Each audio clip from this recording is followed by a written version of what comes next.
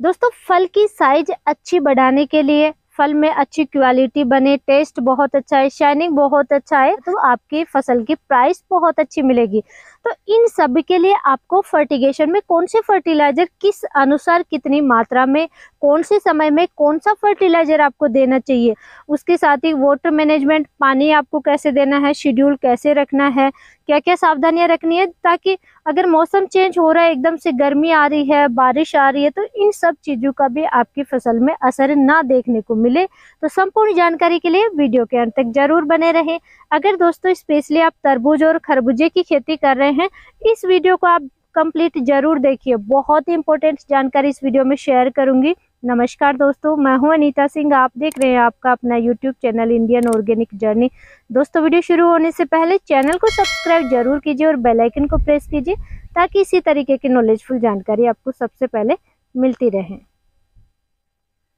दोस्तों फल की अच्छी क्वालिटी के लिए, आपकी फसल भी लंबे समय तक बिल्कुल स्वस्थ रहे, अच्छा उत्पादन मिले, तो इन सब के लिए सबसे पहला फर्टिलाइजर, जब भी आप फ्लोरिंग से फ्रूट स्टेज बनने लग जाए, फ्रूटिंग स्टेज शुरू हो जाए, फल बनने लग गए छोटे छोटे ही, उस समय आपको यूज करना है मैग्नीशियम सल्फेट।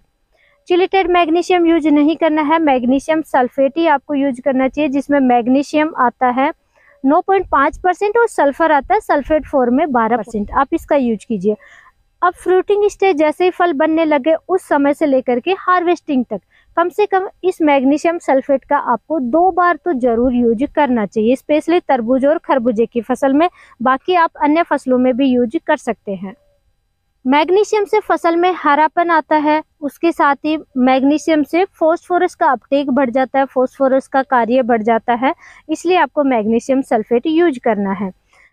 नेक्स्ट दोस्तों कि अगर आपकी फसल बढ़वार, अभी भी फ्रूटिंग स्टेज शुरू हो गए लेकिन बढ़वार कंप्लीट नहीं हुई है, तो अब आपको देना है एनपीके 19-19 और 12-61-0। 12-61-0 होता है NPK, mono ammonium phosphate fertiliser. लेकिन अगर बढ़वार कंप्लीट हो चुकी है तो फिर आपको इनका यूज नहीं करना है। इनकी डोज होती है 2-2 kg पर एकड़ के हिसाब से आप फ्रूटिंग स्टेज में यूज कीजिए, उससे ज़्यादा आप अभी यूज ना करें, क्योंकि अब फ्रूट डेवलपमेंट की स्टेज शुरू हो चुकी है।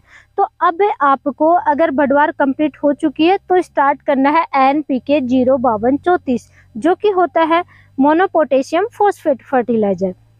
मोनोपोटेशियम फॉस्फेट यानी कि एनपीके 05234, ये आप 3 kg से 5 kg तक पर एकड़ के हिसाब से दे सकते हैं।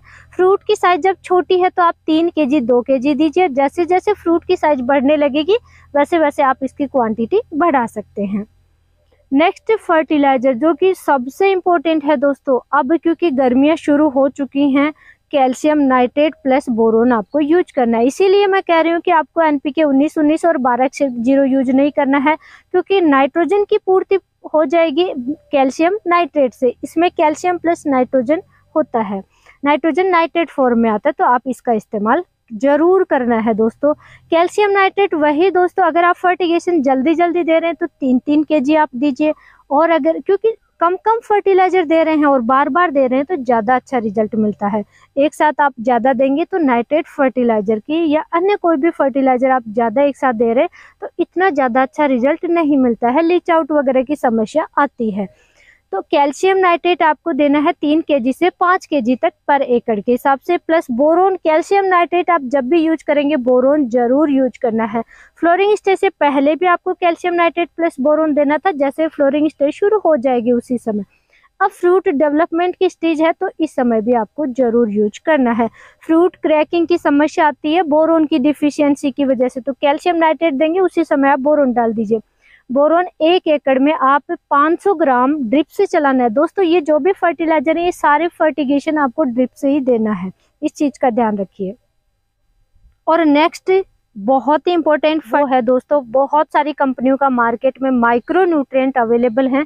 आप कम से कम एक क्रॉप में 1 वीक में 1 बार माइक्रो न्यूट्रिएंट जरूर यूज करेंगे। स्पेशली खरबूजे और तरबूज की फसल में बहुत ज़्यादा अच्छा रिजल्ट मिलता है।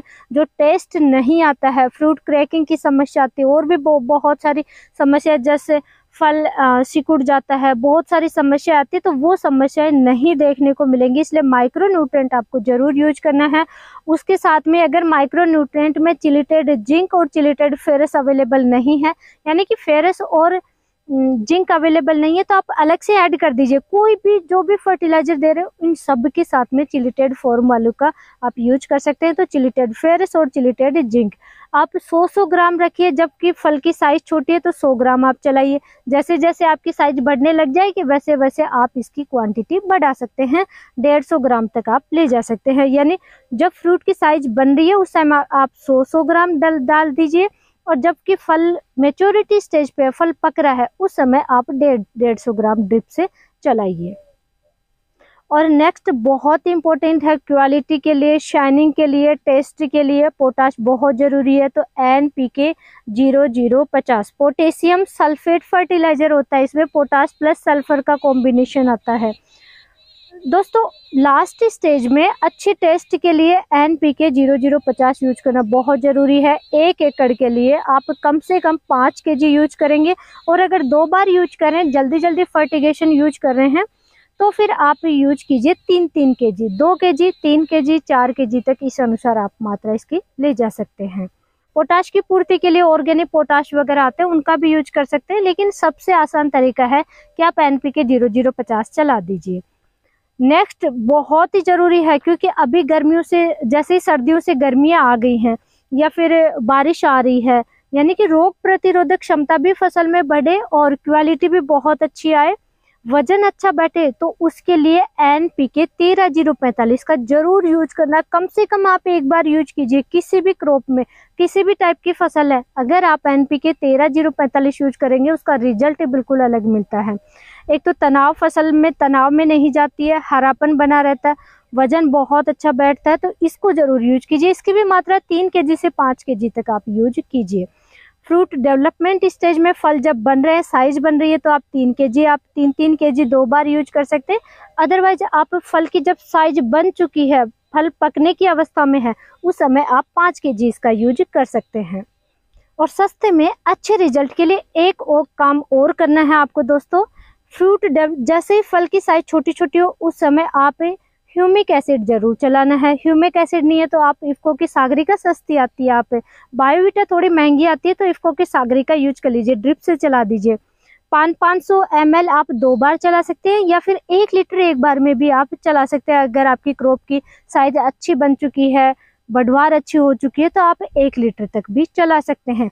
इन दोनों में से, यानी ह्यूमिक एसिड और सागरिका, ये दोनों ही सस्ते हैं, तो इन दोनों में से कोई सा भी आप एक यूज कर लीजिए। दोस्तों कैल्शियम नाइट्रेट, बोरोन, NPK 13045, 05234, उसके साथ ही मैग्नीशियम सल्फेट, इन फर्टिलाइजर का न्यूट्रिएंट, माइक्रो न्यूट्रिएंट, जिंक है, फेरस है, इन सब का आप यूज करेंगे तो रिजल्ट आपकी क्रॉप में बहुत अलग लेवल का मिलता है, डिजीज का अटैक भी कम होता है। लास्ट में दोस्तों तरबूज और खरबूजे में जब फ्रूट क्रैकिंग की समस्या बहुत ज्यादा आती है, क्योंकि उस समय गर्मियां तेज होने लग गई हैं अभी, तो पानी किसान एकदम से बहुत ज्यादा चलाने लग जाते हैं। ये गलती नहीं करनी है। आप एक दिन छोड़ के एक दिन पानी दे रहे हैं तो उसी अनुसार दीजिए, अगर 2 दिन के गैप से दे रहे हैं तो उसी अनुसार दीजिए। एक तो आपको डेली पानी नहीं देना है, क्योंकि उस डेली पानी अगर आप चलाएंगे, डेली फर्टिगेशन कुछ किसान देते हैं, विल्ट की समस्या बहुत ज्यादा आएगी, तो इसलिए आपको डेली पानी नहीं देना है। एक दिन कम से कम बीच में आप जरूर रखिए गैप, एक दिन छोड़ के एक दिन पानी चला दीजिए। अगर आपने बोरोन यूज किया, कैल्शियम नाइट्रेट, सारे फर्टिलाइजर दिए, फिर भी फ्रूट क्रैकिंग की समस्या आ रही है, तो आप वाटर मैनेजमेंट का ध्यान रखिए। पानी आपको बहुत ज्यादा नहीं देना और बहुत कम भी नहीं देना है, इस चीज का आप जरूर ध्यान रखिए। दोस्तों आज की जानकारी अच्छी लगी है, वीडियो को लाइक जरूर कीजिए, चैनल को सब्सक्राइब कीजिए और ज्यादा से ज्यादा किसान दोस्तों तक शेयर जरूर करें। धन्यवाद।